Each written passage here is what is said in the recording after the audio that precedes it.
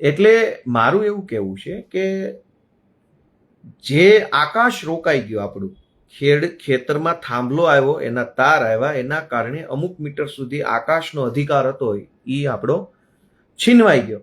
તો એ આકાશનો અધિકાર જે છે એ છીનવાઈ જાય તો એનું વળતર કોણ આપશે? એના પૈસા કોણ આપશે? માનો કે મારે નાળિયેરી વાવવી છે પણ થાંભલાના કારણે નાળિયેરી નથી વાવી શકતા, તો એના પૈસા કોણ દેશે? એટલે એવું નથી કે થાંભલો નાખવા આવે ત્યારે એક વખત, બે વખત, 5 વખત, સોરી એક જ વખત, આમ તો એક વખત લાખ, 1.5 લાખ, 2 લાખ, 5 લાખ આપી દે એટલે બહુ સારું. ના, એવો પ્રશ્ન નથી. આ બહુ લાંબો પ્રશ્ન છે. બીજું, થાંભલો નાખ્યો છે તો દર વર્ષે મેન્ટેનન્સ માટે થઈને કેટલાક માણસો અને કેટલાક વાહનો એ થાંભલા પર પણ આવે, એ તાર માટે આવે, કાયમ માટે આવે.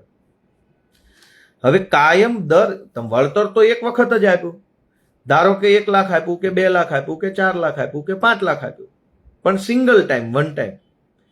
તો મારું એવું કહેવું છે કે એક જ વખત વળતર આપ્યું, કમાણી તો આખી 100-200 વર્ષ સુધી કંપની કરવાની છે. તો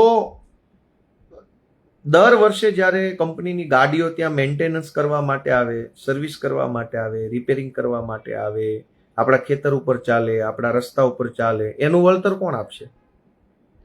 અત્યારે ભાજપની સરકાર અને પ્રાઇવેટ કંપની અને પ્રાઇવેટ કંપનીના ભાડે આવેલા પોલીસ એ આપણને એવું સમજાવે છે કે તમને તમારા ઝાડવાના નુકસાનના પૈસા આપી દીધા, ફળના પૈસા આપશે વગેરે. પણ મારા ભાઈ, એ તો આ વખતે, આવતી વખતે પાછા રિપેર કરવા આવો ત્યારે, પછી એના પછીના વર્ષે રિપેર કરવા આવે ત્યારે, દર વર્ષે જ્યારે એ લોકો આવશે, દર વર્ષે આપણા ખેતરમાં ગાડીઓ આવશે, માણસો આવશે, સામાન આવશે અને દર વર્ષે નુકસાન કરશે, એનું વળતર દર વર્ષે કોણ આપશે?